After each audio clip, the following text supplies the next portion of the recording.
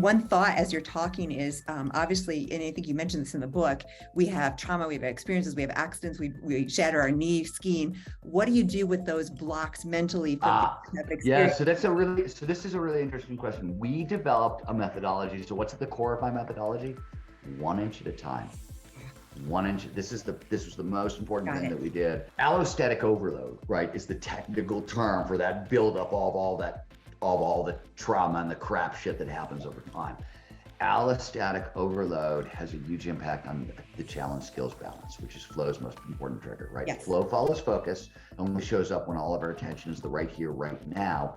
So that's what the triggers do. They drive our attention into the present moment. The most famous, the challenge skills balance, says, hey, we pay the most attention to the task at hand when the challenge of the task slightly exceeds our skill set. We want to stretch but not snap.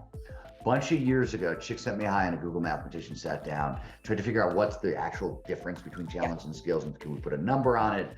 Did a back of the envelope calculation that was not real, and they came up with 4%.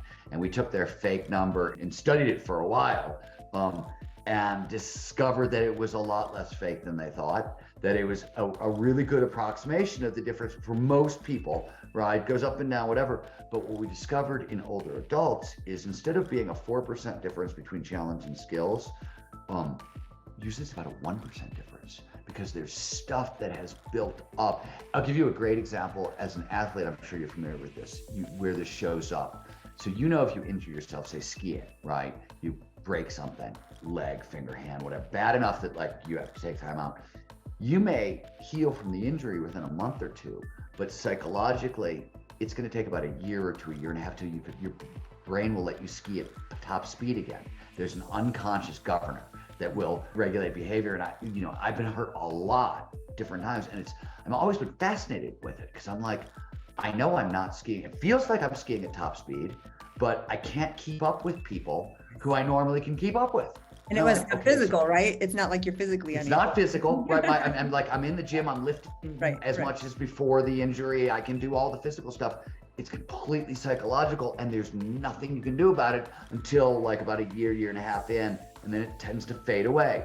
And I was like, well, that same governor is, that's an allostatic overload thing in a crisis situation, but it's going to impact it. So I was like, I think that one of the problems that most older adults have with dynamic physical activities is they remember what it was like to be younger, and they try to push themselves at like 4 or 5%, when instead they need to go like, it is literally 1 inch at a time. And my rule was, I want to start with a movement I can execute 100% of the time with zero fear, no conscious interference, and then advance it one micro bit at a time. Practice that, in using a dynamic, deliberate play, kind of improv around it, but very, very slowly until that new bit of movement is hardwired code, and then repeat. And that was sort of the core of it. And it's, there's some good motor learning stuff in there. There's a whole bunch of stuff baked in there, but it was the real And you're really secret. describing neuroplasticity, right? Because you're retraining those lines that we got stuck in, and another way of saying it. Just going really slowly. Yeah. And it just required